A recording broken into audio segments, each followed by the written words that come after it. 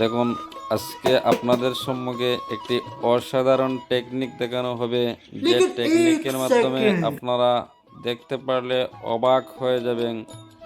এই হাতের ওড়নাটা আমি এই নিচের কার্টনের একদিকে ঢুকিয়ে দিলে অপর দিকে কি বেরিয়ে আসে দেখুন। আপনারা ভিডিওটি ধৈর্য ये সহকারে क्या है? দেখুন এবং শেয়ার করে অন্যান্য বন্ধুদেরকে দেখার সুযোগ করে দিবেন।